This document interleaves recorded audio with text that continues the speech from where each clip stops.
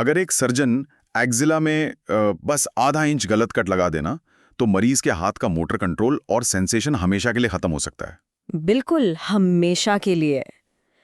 ये सच में बहुत हाई स्टेक्स एरिया है ना? अक्सर हम इस जगह को आम भाषा में बस आर्मपिट कहकर नजरअंदाज कर देते हैं, लेकिन मेडिकल साइंस और एनाटॉमी की दुनिया में ये अपर लिम्ब का सबसे महत्वपूर्ण जोन है। सही बात है। ये एक बेहद जटिल 3D पिरामिड है जहां से हमारे हाथ को जिंदा रखने वाली हर एक मेन आर्टरी, वेन और नर्व गुजरती है। एग्जैक्टली। तो आज हमारी इस चर्चा का लक्ष्य इसी एनाटॉमिकल मार्वल को डिकोड करना है।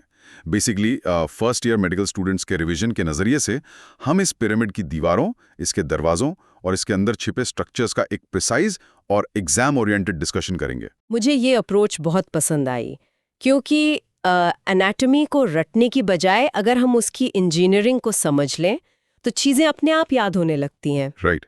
और एनाटॉमी सिर्फ नाम याद करने का विषय नहीं है, ये तो समझने के बारे में है कि हमारा बॉडी आर्किटेक्चर एक्चुअली काम कैसे करता है। बिल्कुल।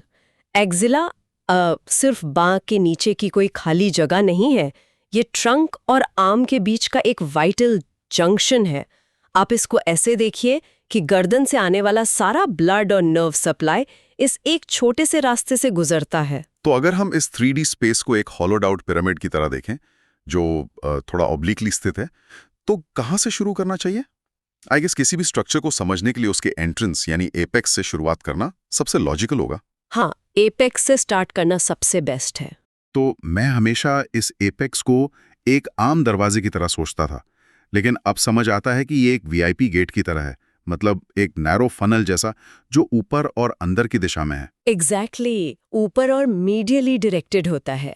और सबसे इंटरेस्टिंग बात यह है कि ये सीधा posterior triangle of the neck से जुड़ता है।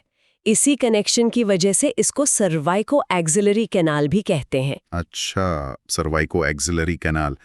लेकिन यहाँ एक बड़ा दिलचस्प सवाल आता है, इस एपेक्स की बाउंड्रीज सिर्फ हड्डियों से क्यों बनी है? ये बहुत ही बढ़िया पॉइंट पकड़ा है आपने। इसका सीधा कनेक्शन हमारी बॉडी के प्रोटेक्टिव मैकेनिज्म से है।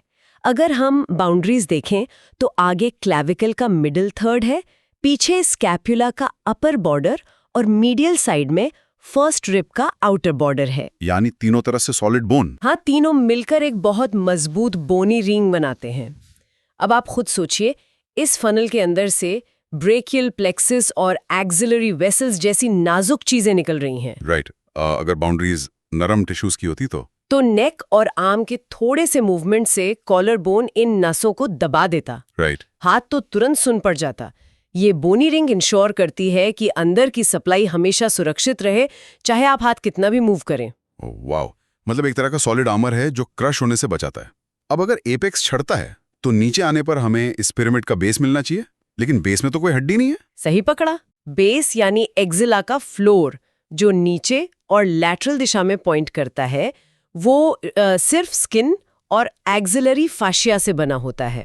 पर यहाँ एक चीज ध्यान खींचती है, जब भी हम आर्म उठाते हैं तो आर्मपिट में एक गड्ढे जैसा हॉलो शेप बन जाता है। अगर वहां हड्डी नहीं है तो ये शेप मेंटेन कैसे रहता है? इसके पीछे का मैकेनिक्स काफी फैसिनेटिंग है। एक्सिलरी फैशिया अकेले ऐसे हवा में नहीं टिक सकता। इसे एक खास लिगामेंट ऊपर की तरफ खींच कर रखता है। वेट, कौन सा लिगामेंट? इसे suspensory ligament of the axilla कहते हैं। आप इसको एक टेंट की रस्सी की तरह इमेजिन कीजिए। अच्छा, जैसे टेंट को सेंटर से ऊपर खींचते हैं तो एक डोम बन जाता है। एग्जैक्टली वही। ये लिगामेंट पेक्टोरालिस माइनर मसल के लोअर बॉर्डर से निकलता है और एक्सिलरी फैशिया को ऊपर खींचता है। जब बांह ऊपर उठाई जाती है तो ये टेंशन बढ़ जाती है और वो हॉलो शेप बिल्कुल स्पष्ट हो जाता है। सही है, टेंट एनालॉजी से एकदम क्लियर हो गया। और इस हॉलो स्पेस के दोनों तरफ स्किन और मसल के फोल्ड्स भी तो नजर आते हैं, एंटीरियर और पोस्टीरियर फोल्ड्स, राइट? हाँ बिल्कुल। एंटीरियर फोल्ड मुख्य रूप से पेक्टोरालिस मेजर के लोअर बॉर्डर से बनता है और पोस्टीरियर फोल्ड में टेरेस मेजर और लैटिसिमस डॉर्सी मसल्स होती हैं। और मैंने नोटिस किया है कि पोस्टीरियर फोल्ड एंटीरियर वाले से थोड़ा ज्यादा नीचे तक जाता है। हाँ, क्योंकि लैटिसिमस डॉर्सी एक बहुत ही ब्रॉड और पावरफुल मसल है। इन फोल्ड्स के ना बहुत बड़ी क्लिनिकल सिग्निफिकेंस भी है। अच्छा, जैसे चेस्ट ट्यूब्स डालते वक्त? बिल्कुल। इन फोल्ड्स को रेफरेंस मानकर चेस्ट पर इमेजिनरी लाइंस ड्रॉ होती हैं और उनके ठीक बीच में जो मिड एक्सिलरी लाइन होती है ना, वो प्लूरल इफ्यूजन यानी लंग्स में पानी भरने पर चेस्ट ट्यूब डालने के लिए सबसे सेफ जगह मानी जाती है। क्योंकि वहाँ मेजर ब्लड वेसल्स को डैमेज करने का रिस्क सबसे कम होता है। एग्जैक्टली। तो हमारा छत और फर्श तो तैयार हो गया। अब इस पिरामिड की चारों दीवारों को खड़ा करने का वक्त है। आगे वाली दीवार से शुरू करते हैं। एंटीरियर वॉल सिर्फ पेक्टोरलिस मेजर से तो नहीं बनी ना? नहीं, इसमें 2 लेयर्स होती हैं। सुपरफिशियल लेयर जरूर पेक्टोरलिस मेजर से बनती है, पर उसके नीचे एक डीप लेयर भी होती है। और इस डीप लेयर में क्या क्या आता है? ऊपर से नीचे देखें तो 3 चीजें हैं। सब क्लेवियस मसल, उसके नीचे क्लेवी पेक्टोरल फैशा और सबसे नीचे पेक्टोरालिस माइनर मसल। ये क्लेवी पेक्टोरल फैशा का इतना स्पेसिफिक अरेंजमेंट क्यों है? क्योंकि ये एक शील्ड की तरह काम करता है। ये सब क्लेवियस और पेक्टोरालिस माइनर को जोड़कर उनके बीच का गैप भरता है। और सबसे खास बात यह है कि इस फैशा को 4 इंपॉर्टेंट स्ट्रक्चर्स पियर्स करके बाहर आते हैं। पियर्स करते हैं? यानी छेद कर बाहर निकलते हैं? कौन से स्ट्रक्चर्स हैं वो? और वायरिंग के बाहर निकलने का रास्ता भी बनाती है। वाओ, एंटीरियर वॉल तो काफी कॉम्प्लेक्स शील्ड निकली। अब पीछे की दीवार यानी पोस्टीरियर वॉल कैसा है? पोस्टीरियर वॉल आगे वाली से ज्यादा लंबी और चौड़ी होती है। इसमें 3 मेन मसल्स होती हैं। सबस्कैपुलरिस जो सबसे ऊपर है, फिर टेरेस मेजर और सबसे नीचे लेटिसमस डॉर्सी। पीछे की दीवार इतनी हैवी क्यों होती है? क्योंकि शोल्डर जॉइंट को अपनी जगह पर मेंटेन रखने के लिए एक शक्तिशाली एंकर चाहिए। एक तरह से ये शोल्डर ब्लेड और आर्म के बीच एक मस्कुलर हैमक यानी झूले की तरह काम करती है। समझ गया। एंटीरियर वॉल सामने से कंट्रोल करती है और पोस्टीरियर वॉल पीछे से स्टेबलाइज करती है। फिर मीडियल वॉल कहाँ आती है? मीडियल वॉल अंदर की तरफ यानी ट्रंक की तरफ होती है। ये अपर 4-5 पसलियों, इंटरकॉस्टल मसल्स और सेरेटस एंटीरियर मसल के ऊपरी हिस्से से बनती है। सेरेटस एंटीरियर, वही मसल जिसका पैटर्न आरी या सौ जैसा दिखता है पसलियों पर। यहाँ से एक बड़ा कॉमन क्लिनिकल क्वेश्चन बनता है एग्जाम में, विंग्ड स्कैपुला वाला ना? बिल्कुल। अगर किसी सर्जरी के दौरान एक्सिला में मीडियल वॉल पर जो नर्व है, नर्व टू सेरेटस एंटीरियर, जिसे लॉन्ग थोरेसिक नर्व भी कहते हैं, वो कट जाए तो क्या होगा? तो serratus anterior muscle completely paralysed हो जाएगी। इसका रिजल्ट ये होगा कि मरीज का स्कैपुला चेस्ट वॉल से चिपका नहीं रह पाएगा, वो पीछे से बाहर की तरफ उभर आएगा, जिसको हम क्लिनिकल टर्म्स में विंग्ड स्कैपुला कहते हैं। बेहतरीन। अब आखिर में बचती है लैटरल वॉल। हाँ, लैटरल वॉल सबसे संकरी यानी नैरोएस्ट वॉल है। आगे और पीछे की दोनों बड़ी दीवारें इस लैटरल वॉल पर आकर कन्वर्ज होती हैं। अच्छा, इससे एक नैरो कॉरिडोर की तरह इमेजिन कर सकते हैं ना? करेक्ट। यहाँ ह्यूमरस बोन का अपर हिस्सा, बाइसेप्स का शॉर्ट हेड और कोरोकोब्रैकियालिस मसल्स होती हैं। सही कहा। और इस नैरो कॉरिडोर का ही तो सबसे बड़ा इंपॉर्टेंस है, क्योंकि जगह कम होने के बावजूद एक्सिला की सारी मेन नसें और वेसल्स इसी दीवार के सहारे नीचे आती हैं। तो सर्जन के लिए ये लैटरल वॉल एक हाई रिस्क और हाई वैल्यू टारगेट हो गया। तो अब हमारी चारों दीवारें तैयार हैं। अब आते हैं सबसे मेन पार्ट पर। इस पिरामिड के अंदर भरा क्या है? सबसे पहले तो वहाँ एक्सिलरी फैट होता है। बस फैट? ये तो थोड़ा एंटी क्लाइमैक्टिक लग रहा है। सुनने में लगता है, पर ये फैट सिर्फ खाली जगह भरने के लिए नहीं है। ये एक डायनामिक हाइड्रोस्टैटिक कुशन है। आपको पता है शोल्डर जॉइंट सबसे ज्यादा मोबाइल जॉइंट है बॉडी का। हाँ, दिन भर हम हाथ घुमाते रहते हैं। तो अगर ये फैट का कुशन ना हो तो अंदर की वेन्स और नर्व्स कंटिन्यूअसली बोन्स और मसल से रगड़ खाकर डैमेज हो जाएंगी। ये उनको प्रोटेक्ट करता है। ओह, आई सी। तो ये प्रोटेक्टिव पैकेजिंग मटेरियल है। अब उन स्ट्रक्चर्स की बात करते हैं जिन्हें ये बचा रहा है। ब्लड वेसल्स में एक्सिलरी आर्टरी सबसे मेन है। बिल्कुल। एक्सिलरी आर्टरी एपिक से एंटर करती है, लैटरल वॉल के साथ चलती है और टेरेस मेजर के नीचे जाकर ब्रेकियल आर्टरी बन जाती है। और इसको पढ़ने का एक आसान तरीका है ना, पेक्टोरालिस माइनर मसल इस आर्टरी को क्रॉस करती है, जिससे इसके 3 हिस्से बन जाते हैं। हाँ, पहला हिस्सा मसल के ऊपर, दूसरा पीछे और तीसरा नीचे। और ब्रांचेस भी उसी हिसाब से हैं। पहले हिस्से से 1 ब्रांच, दूसरे से 2 और तीसरे से 3, टोटल 6 ब्रांचेस। ये एग्जाम के लिए परफेक्ट निमोनिक है।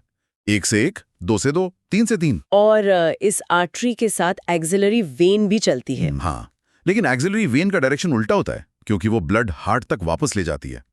ये आर्टरी के मीडियल साइड में रहती है और एपेक्स से निकलकर सबक्लेवियन वेन बन जाती है। राइट। अब आते हैं एक्सिला के सबसे कॉम्प्लिकेटेड हिस्से पर, ब्रेकियल प्लेक्सिस।